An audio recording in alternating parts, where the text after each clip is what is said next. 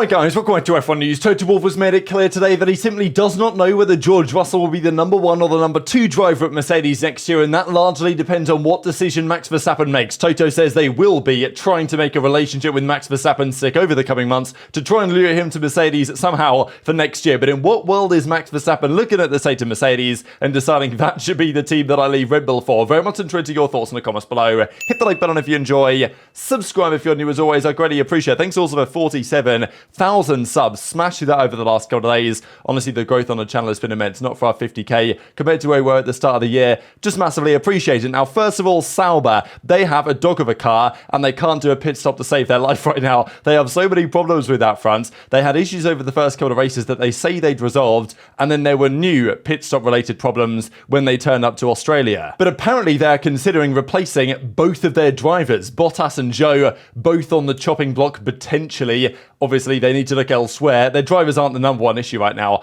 but do they have a relatively weak driver lineup? I would say yes, they will look at alternatives. The thing is, I'm sure that Sauber with Audi would have loved Sainz. You know, Hülkenberg has certainly been linked to the team as well, but it seems almost certain now that Sainz will get far better offers than just that, and Toto Wolff is going to describe that in a second when he talks about Mercedes. So what are Sauber going to do there? That remains to be seen. Also, some further discussion on this Ricciardo ultimatum. So there are rumours in the paddock, and even the race mentioned this in the video they did on Ricciardo, that he was given an ultimatum by the team to say, hey, improve in Japan and China or you're gone before Miami. Now, the New Zealand Herald reported this. Okay, New Zealand publication, Liam Lawson, the man that would come in instead, obviously a Kiwi, so, you know, maybe put 2 and 2 together there. Now, Helmut Marko says, now he says a lot of things, but he says that, yeah, there's no ultimatum, but it's not been ruled out by anyone that this isn't a possibility. We saw what happened with De Vries last year. I don't know why Yuki Tsunoda keeps just destroying his teammates, but I think he's definitely better than people seem to give him credit for. But whatever you believe on that front, they did this to De Vries last year. You got to think it's at least possible to happen to Ricciardo this year if he fails to deliver. Will he get longer to prove himself than just Japan, China? I think probably yes. And maybe a new floor is going to help. They're bringing one to Japan that will aim to fix the problems and improve the stability of the downforce. But of course, Yuki Tsunoda, his home race is in Japan. So yeah, I guess time will tell whether Ricciardo can turn his form around. But he certainly does need to, and fast. Otherwise, he's going to become a former Formula 1 driver, such as this man, Sebastian Vettel. Now, I didn't mention this a couple of days ago, so I thought now was kind of the perfect time. He's been doing some tests, especially with Porsche in WEC, so World Endurance Championship Series. He drove 180 laps, 581 kilometers for Porsche the other day. Seems rather happy about it. Has been pretty much buzzing on social media over the last couple of days as a result of this. And as, you know, that was fun, he said at the time. So Vettel could race apparently as a result of this in this year's 24 Hour of Le Mans. That is the current feeling, that it is relatively likely that after very much so impressing Porsche in their test that they did, he might well be on the horizon for a WEC situation, and therefore I'm sure there'd be lots of interest in that potential possibility, because Vettel has not even ruled out the possibility of a return to Formula 1. I think even when Hamilton left to Ferrari, it was raised to Toto, like, hey, what about getting Vettel back? And Toto was like, oh, what do you mean exactly? But I guess you can never rule these things out, and Vettel himself didn't entirely rule out an F1 return, but a WEC drive makes more sense, and I'm sure that many would be tuning into WEC and of course for Le Mans if this actually was to be the case. Another interesting update though for you guys on the whole George Russell, Fernando Alonso drama back at Melbourne. This I thought a phenomenal picture, by the way, of Fernando here in the foreground and George Russell going off track in the background, about to smash it into the wall at turn 6, break his car, and of course come back on the track, and well, it was a rather dangerous circumstance. Now, I'm sure Fernando didn't intend to cause this incident. Did he admit to fault? Well, not publicly, but, you know, I think it was kind of said in the steward's analysis that Alonso, you know, he did admit a mistake, right? Because he braked before the corner, then he had to speed up again and upshift again before he got to the corner. So, you know, there was some admission of mistake there from Alonso, but this, as far as he was concerned, is purely racing. And as he described in his analysis when he put this on, I think, social media all over the shop, he talked about the the art of motorsport, and the fact that, yeah, sure, he played a bit of a trick on Russell. He dropped back to, create some dirty air, mean that Russell was going to get a worse exit, while he could set up a good exit to try and hold on to that position. And look, it was intended to affect Russell. It wasn't intended to put Russell into the wall, and, Russell drove into the wall himself. Obviously, it's not like they made contact or anything. There's been a big debate on this over the last few days. I certainly see why the stewards gave the penalty, but it has been a matter of some major debate as to whether they should have done or not. And many Aston Martin fans and Alonso fans were saying, hey, Aston Martin, why don't you appeal this decision? So yesterday, Mike Crack, the team principal, actually gave a statement on this, which I thought was a weird, not maybe weird, but a strange thing to do, to be perfectly honest, because I think the stewards report kind of said everything that needed to be said.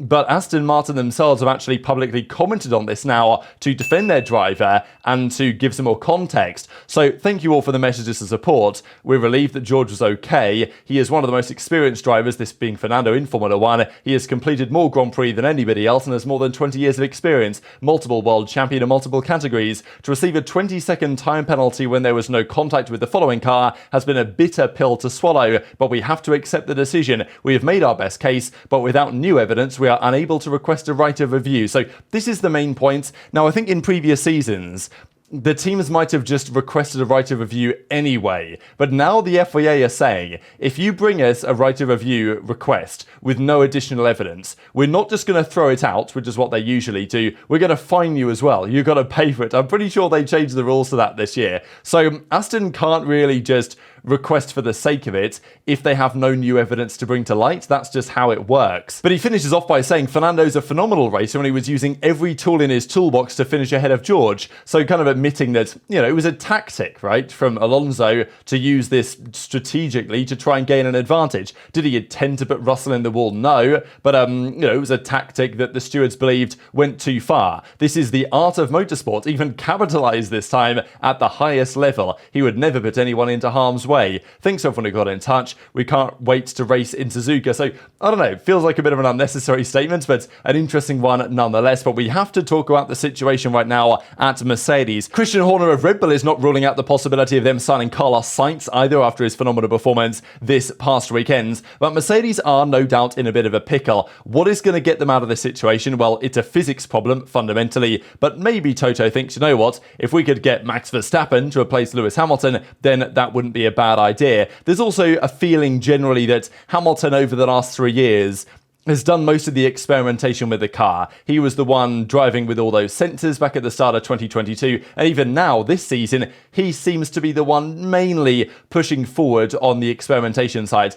That might not be fully true, but at least that's kind of how it seems to the outside world, that it's Hamilton's setups they tend to be experimenting with more so than Russell's. And okay, Russell might disagree with that assessment, but it seems to many that Russell's kind of satisfied to lock in and, just deliver what the car is capable of. Hamilton's really trying to help the team search for performance. And I think there has been, I think Mercedes will feel, well, when Hamilton leaves next year, then do we have someone who's going to be able to be the experimentation, if they need it again, guy? Is Russell going to be that man? If Hamilton's been carrying most of the baggage there, is Russell going to find himself in a tricky position next season as a result of this? Possibly. Just something to think about. Whereas if they could bring somebody else in the same way that Hamilton going to Ferrari brings loads of intrigue to Ferrari, but also attracts so many talented engineers and staff members that want to go and work with Hamilton, either currently that work with him at Mercedes or from elsewhere. The same thing would happen if you were to attract a star driver like a Verstappen into the Mercedes program. Now, first of all, for Mercedes, they're struggling right now on basically every single front, because as we see described here, many Mercedes partners are seeing the lackluster results, they are seeing Hamilton leave to Ferrari, and they are considering pulling out of their Mercedes arrangements. So, yeah, Mercedes have fallen off, and they're losing their most marketable assets. So I expect that as we enter the latter half of the season, we'll start getting confirmations of partners that will move to other teams or convert to lower tiers of partnership. Familiar sports pattern for sure, but not a positive one for Mercedes. So they have to think about their next step. Of course, Andrea Kimi Antonelli has been thrown around. He had a good F2 weekend this time out in Australia. Nothing spectacular, but a very solid feature race performance and qualifying for that race. And rumour has it that he's going to be driving the W13 at Imola similar in the near future as a test. The 2022 cars are now available to be tested because of the 2-year rule, although Julian Leclerc says he doesn't believe this as it stands. But Toto Wolff has been asked to give much comments lately on the Lewis Hamilton situation and exactly who they plan to replace him with. They haven't confirmed it yet. Red Bull haven't confirmed their plans yet. There are so many seats available on the grid right now. So Toto says Hamilton came for coffee. That's the normal thing we're doing when the season kicks off, and he said, I'm leaving to Ferrari. Of course, initially Toto was somewhat surprised, although apparently he'd heard the rumours about this over the last couple of days. Why tell me at the beginning of the season? Hamilton said that he just wanted to have it out and not have it as a burden, an emotional burden. And then you've got to pragmatically say, okay, what are we going to do about this? And then Hamilton said, yeah, I think it's leaking, so we don't have many options. Then I told him, this is the statement that's probably caused the most friction today, really. You've got to really picture our rear wing because that's the perspective you're going to have. So, of course, this is a bit of a joke, right, between Toto and Lewis. Toto saying, yeah, well, you leave to Ferrari and you're going to be stuck behind us the entire time. Obviously, the easy joke about this is that the actual reason why Hamilton is going to be looking at the Mercedes rear wing is because he's coming up to lap them in his Ferrari rather than that he's stuck behind them. Of course, who knows how the cars are going to be from a competition standpoint next season, but there's nobody denying right now on the planet that it doesn't look like Hamilton's made a good decision leaving Merc to join Ferrari next year. But with Hamilton gone, they of course do need to find a replacement for him. We talked about Andrea Kimi Antonelli, definitely top prospect, and we believe that a seat and a future at Williams for him might make sense in the near term, especially given the options on offer for Mercedes. There's Sainz, there's Alonso, there's potentially Verstappen. So do you see, out of those options they may well have, and still Mercedes will be an attractive team, despite the fact that they're having a terrible year so far, I would expect them to improve. Will they ever get back to where they once were? That is nonetheless a major point as it stands. But Toto says, yeah, after having a relationship with Max a long time ago, but it was never possible for Toto to give Max a seat in Formula 1 back in 2015 because they had Hamilton and Rosberg, and understandably so, he then went to the Red Bull program because they could give him the chance in the Toro Rosso. So this is what Toto Wolff says. It's the kind of relationship with Verstappen that needs to happen at a certain stage, but we don't know when. Now, the reason why this whole Verstappen thing's happening, just to make this very clear, is because of the power struggle at Red Bull, right? Verstappen, on paper, you think, why would he leave Red Bull? But the feeling is that, despite the fact that this may have calmed down publicly over the last week or so, the Helmut Marko, Austrian side of the business, shall we say, with Mintzlaff & Co. and the Horner, Yovidia, Thai side of the business are very much still at odds. And Jos Verstappen has made his point very clear that if Max Verstappen has said that if Marko goes, I'm going to go, and Jos has said that Christian Horner has to go. But it doesn't seem like Christian Horner's going anywhere. So the feeling is that with all this internal drama and with a general perception that in 2026, Red Bull are not going to have the strength of engine performance that they currently enjoy because Honda are going with Aston Martin, Red Bull are doing their own thing. The feeling is that Mercedes especially are probably a bit ahead of the curve, as are quite possibly Ferrari. So looking at it in the medium term, it doesn't seem completely unreasonable that Verstappen could leave Red Bull, especially because of this clause where if Marko leaves, then Verstappen is allowed to just break his contract and leave whenever he wants, which is quite some political manoeuvring. But Toto does say, yes, Verstappen is absolutely my number one choice. You see what his performance levels are, but I wouldn't want to discount the other ones too. I think we've got to look at ourselves and ask, what is it we do with this car? Then it becomes much easier. Whoever drives the second car, it becomes much easier for Russell because he has the potential of being a world champion and so much more. It's the team's problem to solve, really, rather than looking for a silver bullet with an amazing driver. So I think he's right on that one. Just signing Verstappen doesn't magically make your car fast again. We see that right now with Russell and Hamilton, both incredibly good drivers, but the car just is an absolute nightmare, it seems, to understand what is going on and just lacks a load of downforce compared to their competition. So there were 3 other drivers that Toto mentioned here, one of which being Antonelli, of course, the other 2 being Alonso and Sainz. So he says, yeah, Russell's a bank, like he's not going anywhere. He's having that seat. He's been part of our junior program for a long time. The reason why is because he's great. So it's about the second seat in the car. I think it also depends on what Max does. Then we have a very young kid that is very promising. I don't want to put more pressure on him. That's Antonelli, of course. Looks like he can be one of the great ones, but I also don't want to drown him by jumping so quickly in an F1 car at 17. So a few options that we can play with him. Obviously, there's Alonso, there's Carlos. So there are a few ones. I'm going to make the play like a bride difficult to get, which might make sense if Mercedes were still a particularly attractive option option, and to some extent they are,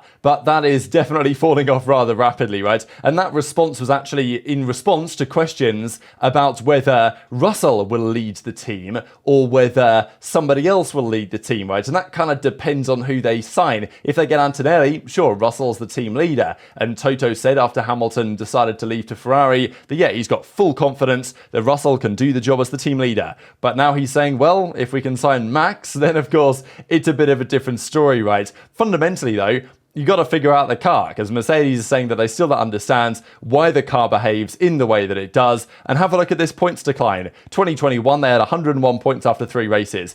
Every year, this has gone down. So what are we expecting next year? You know, are they a back marker next year, the Mercedes in 2025? It's remarkable, I would say, the downfall of this team, and it doesn't really seem like it's necessarily going to stop anytime soon. So it's hard to believe that even if there's so much drama internally at Red Bull that Verstappen wants out, does he look at this Mercedes progress and think, yeah, that's the team I want to go to? That's why, as this progresses more and more, that whole Aston Martin discussion we had a little while ago, if Aramco were to fully buy it with the Honda partnership, doesn't make zero sense. It actually, in some ways, might make more sense than Mercedes. Aston Martin are looking pretty good right now with respect to Mercedes, of course, who buy their engines from them and their gearbox and all these other factors. Guess it would also raise the question, if Verstappen was to go to Merc or anywhere else, what happens to Lambiasi in the same way, GP, of course, in the same way that Bono, we thought, was trying to go with Hamilton. Now there are rumours that, yeah, due to gardening leave and stuff, that's probably not going to happen, and Hamilton is going to have currently Carlos Sainz's race engineer, and of course he was with Ollie Behrman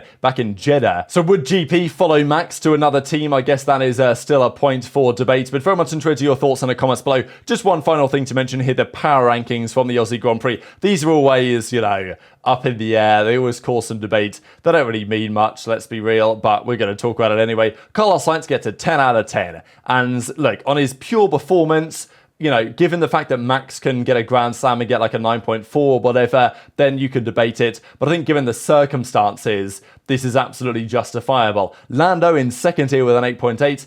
Interesting for Leclerc that he's down here at a 7.8. I kind of understand that. It's not like he really drove badly, but I guess just in the context of Sainz not being at 100% and Leclerc falling short in both quali and the race puts him down here. Hülkenberg and Magnussen getting a lot of credit. Albon was here. Even Max Verstappen drove a few laps. He still got a 7.2 in this one. But Yuki, right? I mean, he's probably the standout here, really. P3, 8.2 rating for him. But very much interested your thoughts on all this stuff in the comment section below. Hit the like button if you enjoyed. Subscribe if you're new. Take care, and I'll see you next time.